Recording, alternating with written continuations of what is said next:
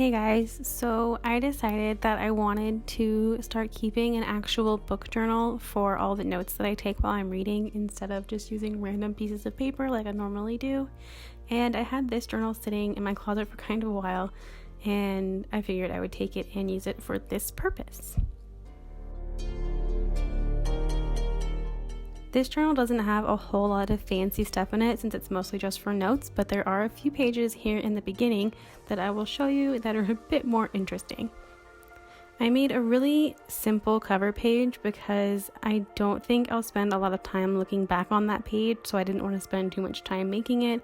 It's just a simple little wreath type thing with 2018 on the front.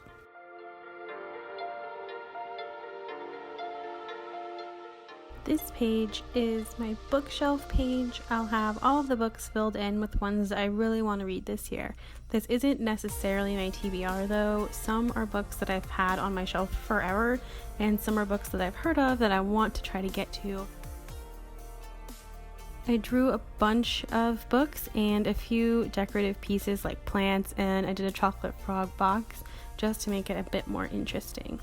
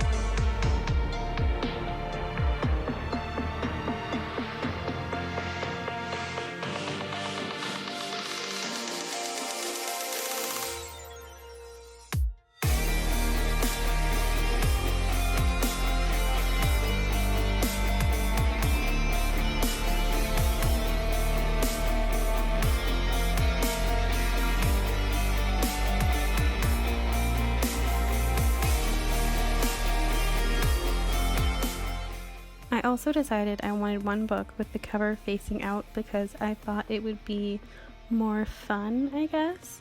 I chose A Darker Shade of Magic because I like the cover and it looked like it would be pretty simple to draw.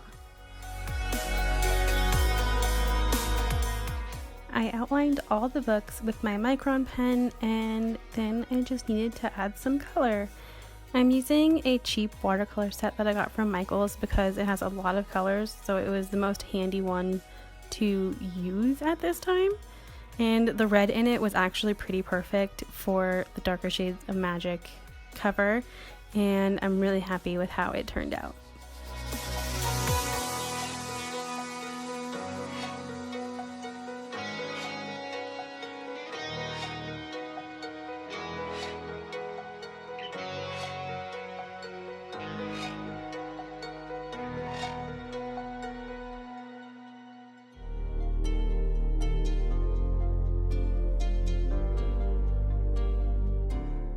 For the chocolate frog box, they're really detailed, but I obviously didn't want to go all out and do all of that, so I just mixed some of the yellows together for a more gold color and went for the idea of the gold accents that it has, and then I just filled in the rest of it with blue.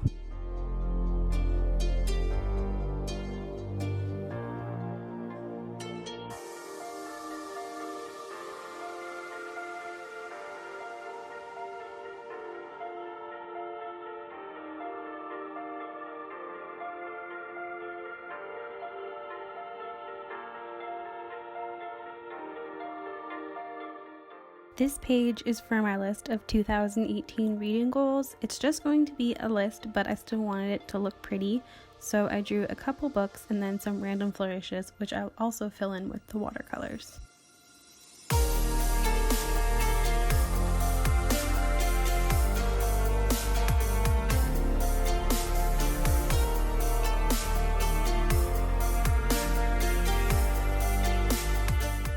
It still felt kind of empty, so I did this little constellation-esque thing as a kind of underline, and I did something similar at the bottom of the page too.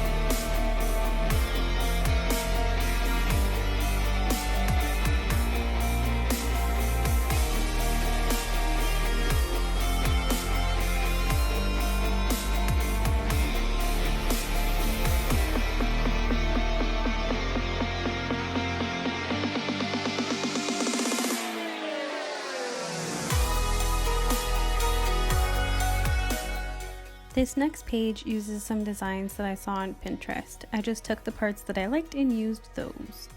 I have a stack of books here with a banner on top of it, and then at the top of the page I have another banner, and I'm going to fill those in with Hufflepuff and Slytherin colors because I'm a Hufflepuff and I like the Slytherin aesthetic. This page isn't completely necessary, but I saw something similar and I wanted to do it too. This page is just for tracking my Goodreads challenge. All I'm going to do is write the title and author and then the rating that I gave it, so like it's really not necessary, but it's cute. On this side, I'm doing my January page. It's just a way to separate each month, so again, it's not really necessary, but I have it in here anyway because it's cute.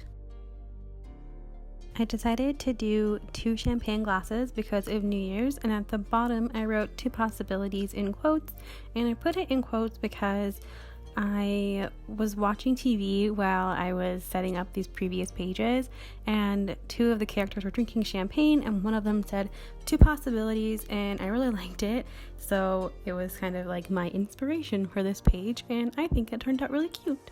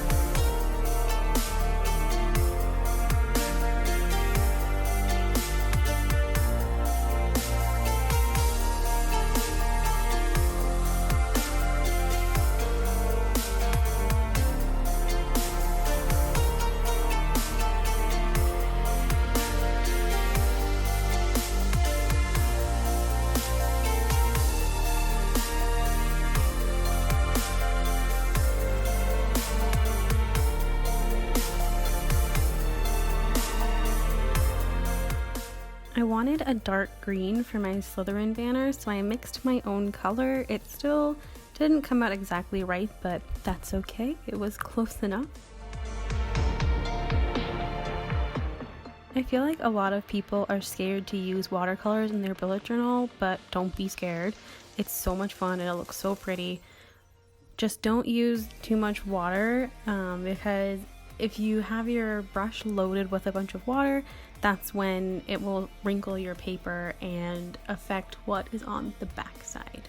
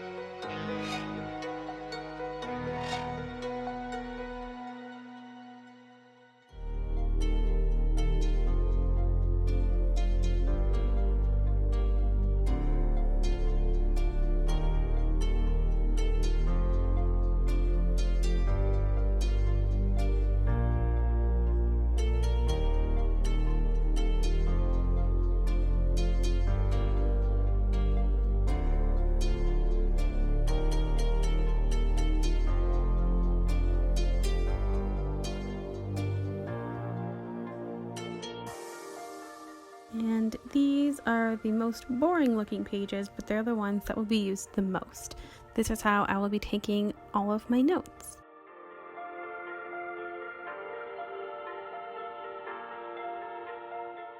I'm a very forgetful person, and if I don't write things down, I'll forget them almost immediately. So I made a few different sections to hopefully help me remember more of what I read.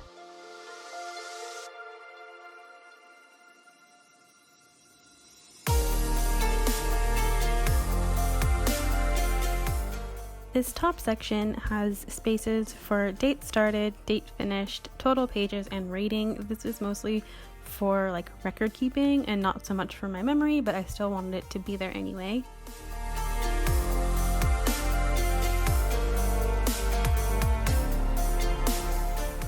This next section is for notable characters.